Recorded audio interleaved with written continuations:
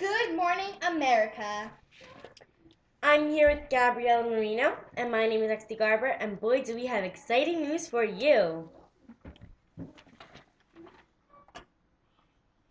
First, the topics we're going to be discussing today are the Embargo Act, Louisiana Purchase, interact with Barbary pirates, cause of effects of 1812, and to wrap it up, we're going to talk about a new invention that could even help you in your own households.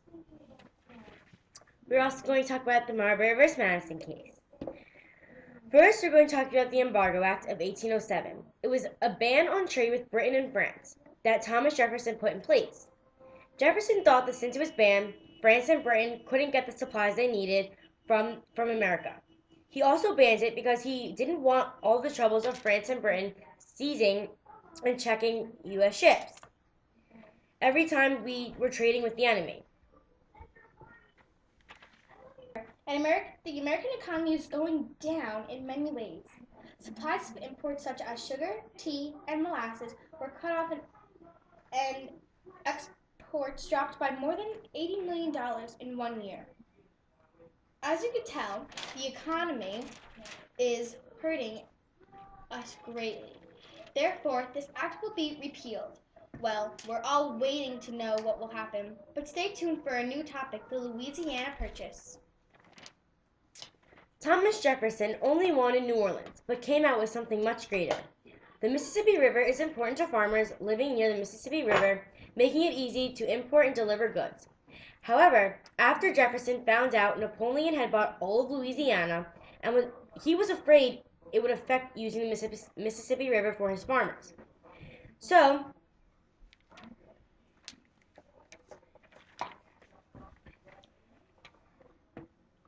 Thomas Jefferson sent Livingston and Monroe to offer to buy New Orleans from Napoleon. Napoleon had too much on his plate and decided to surprisingly give Thomas Jefferson all of Louisiana for $15 million. So I say that is a great purchase by TJ. stay tuned for the interactions with Barbary pirates of 1801.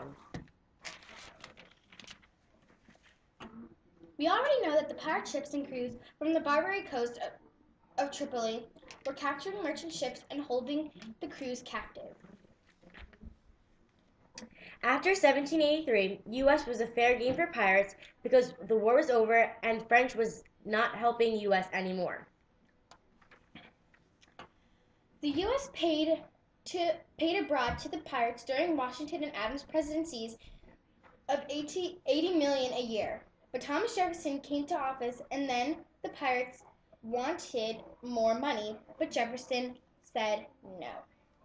80 million? More like 80,000, Gabriella. Oh. No, it's going on with it. I know. 80 million would just be absurd.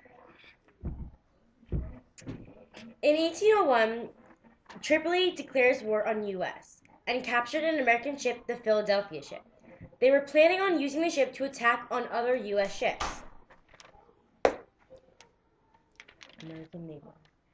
American naval officer Stephen Decatur and crew snuck into the harbor and burned the Pennsylvania was the ship.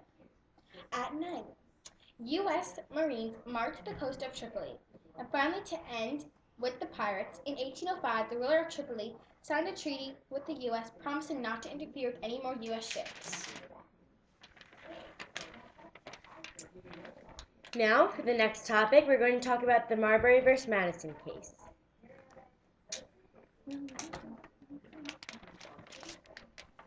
It was John Adams' last night as president, and he appointed Marbury as judge.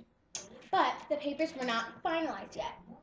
Everything went smooth until James Madison told Marbury that he couldn't keep his position as judge.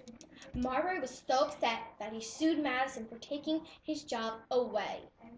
When he was already appointed by Adams, however, the papers were not finalized.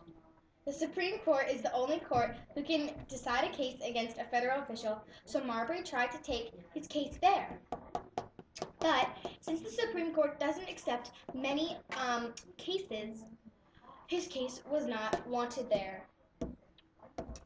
The case was established as a principle of the judicial review, which gives the Supreme Court the right to declare unconstitutional laws. And I'm just getting some breaking news right now that about the War of 1812. Let's go to Lexi to get some more info. Thank you, Gabby. And the War of 1812 is still going on. While Great Britain and France were at war, they thought the U.S. was on their side. But little did they know, Great Britain and France searched U.S. ships to be sure that they weren't trading supplies or weapons with the enemy. Thomas Jefferson passed the Embargo Act 3 days ago to stop trade with foreign countries. I just got some breaking news, Lexi. which would that be? Jefferson has just repealed the Embargo Act that he passed 3 days ago. Oh my goodness. Surely going to make a huge impact on the U.S. since other countries didn't want our goods. Once again, our U.S. ships were searched. Therefore, us, the U.S., became more angry with France. Now Great Britain is giving the natives and boy, those war hawks. Really one of those main reasons why we wars began.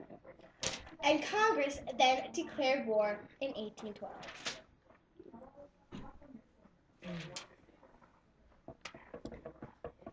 In Fort McHenry, 25 hours of bombing. And the Star-Spangled Banner relates to this war because our flag was still standing after the peerless fight. And that is what is stated in the Star-Spangled Banner.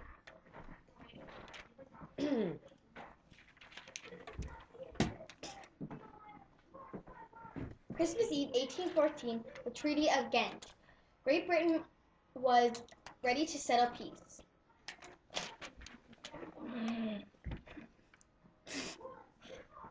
The war is over.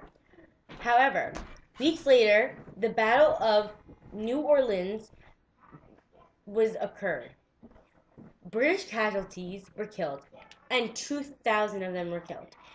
There's only 13 killed American casualties. This shows that we have won the war again in Fort McHenry and the War of New Orleans. Nothing was officially settled, but it was a known fact that U.S. had more power over everyone, so he had more world power. Thank you, and we are out.